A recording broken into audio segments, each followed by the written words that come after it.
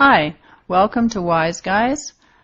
This video is on electrical circuits and it's an introduction to the theory and to Ohm's law.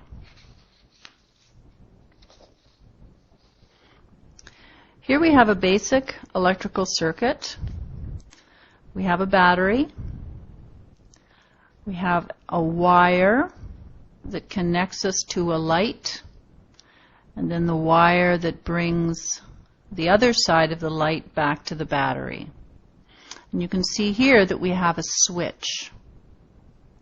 If the switch is closed, we have a connection all the way from the battery through the light switch, or through the light I should say, and all the way back to the other side of the battery. If we have that complete connection, so if this is a closed switch and the line goes right through there, the current runs through the line all the way through the light switch and back on the other side,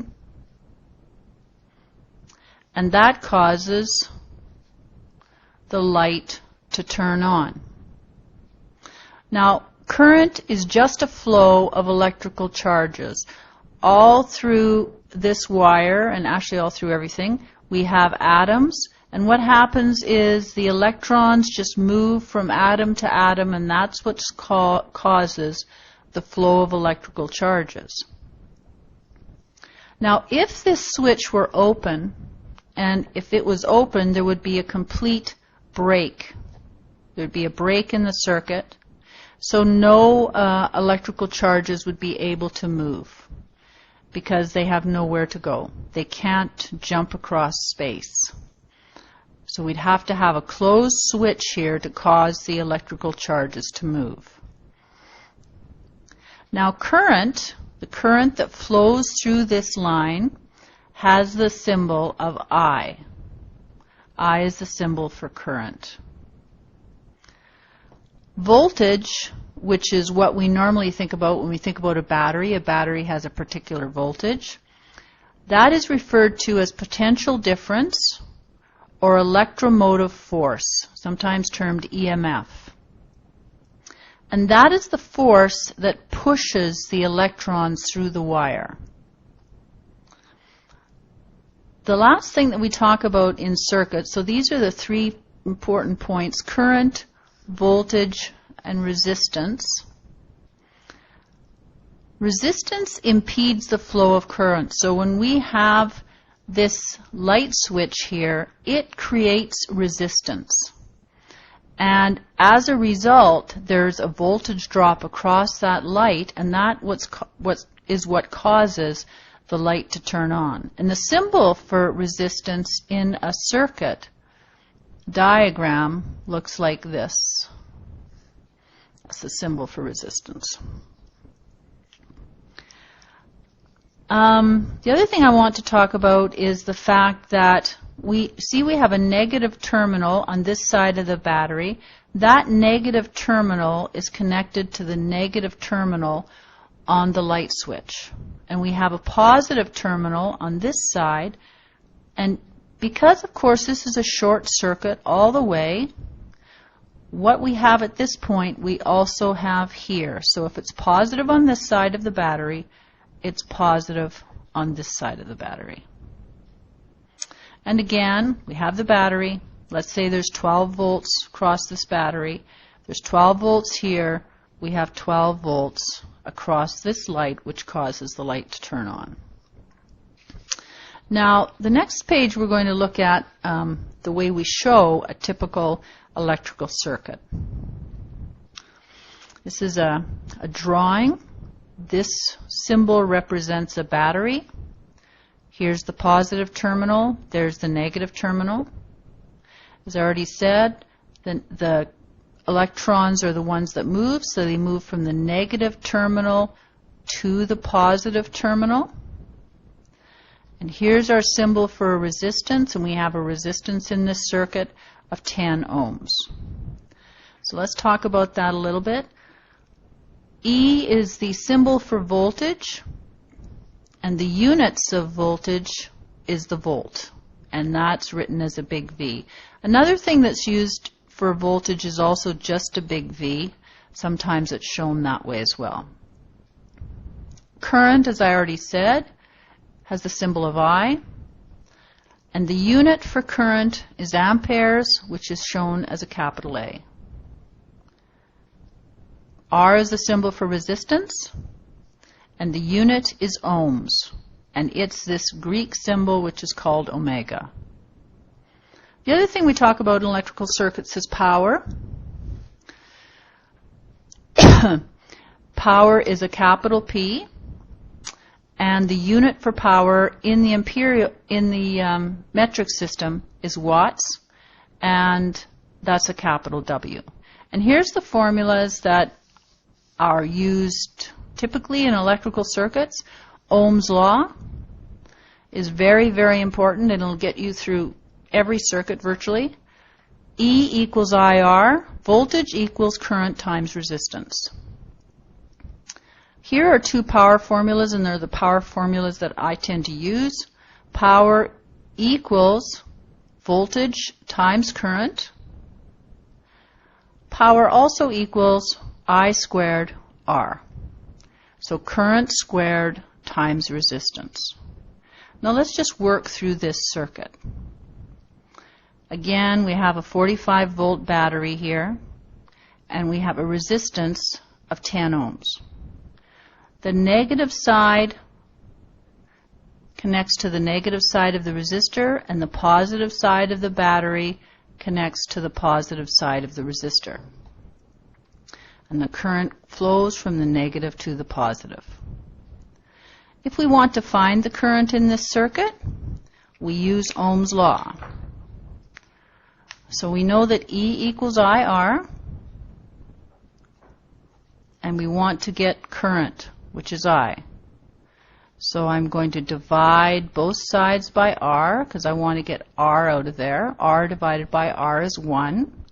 So these two cancel, and I'm left with I equals E over R. And that's what I'm going to use to solve for the current through this circuit. So current is E over R. The voltage in this circuit is 45 volts. And again, that's E, the voltage.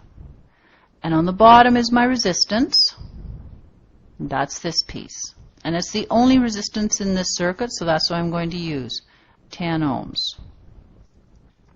I do the division. I end up with a current of 4.5 amps.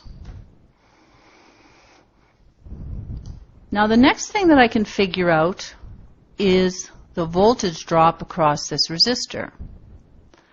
So when I have current flowing through this resistor, I end up with voltage, just like I ended up with voltage across the lamp, which caused it to light.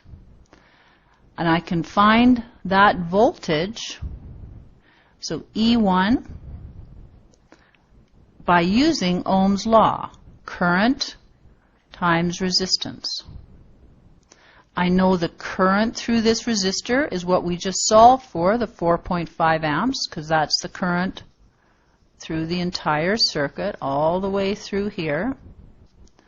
That's I total, which is 4.5 amps. So that's the current through that resistor. So I take 4.5 amps, and I multiply it by this resistance, which is 10 ohms. And I end up with the voltage across this resistor as 45 volts. Now that takes us to one of the other rules when you're working with a series circuit. The sum of the voltages across the resistances in the series circuit have to add up to the voltage of the source. So if we have 45 volts across the battery, we have to have 45 volts drop across all resistances. In this case, we only have one resistor, but if you had 3 resistors in here, the total voltage would have to equal the source voltage. Now we're going to go to the next page and solve for power.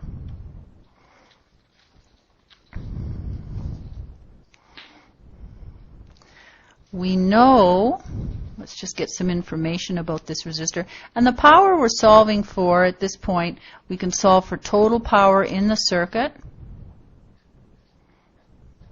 We can also solve for power of this resistor. The easy thing to solve, or the easy way to solve for total power, is just to take total voltage and multiply it by total current. Total voltage is 45 volts, and the current is, it's back here. The current is 4.5 amps. Let's just write that in here. 4.5 amps. I do this multiplication. 45 times 4.5 equals 202.5 watts. And that is total power. Now, let's say I want to find the power through this resistor. So power through resistor 1. And let's say I'm going to use I squared R to solve that. I know the current is 4.5 amps, so I take 4.5 amps and square it, and I multiply it by the resistance, which is 10 ohms.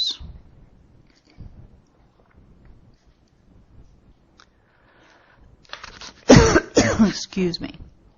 So I have 4.5 squared times 10 equals 202.5 watts. Now that takes us back to the last piece that we want to talk about, or I want to talk about. The total power in the circuit must equal the power across all the resistances in the circuit. And in this case, they do. So then you know you're good if they add up. And that's a basic electrical circuit. And that's been brought to you by Wise Guys. Have a good day.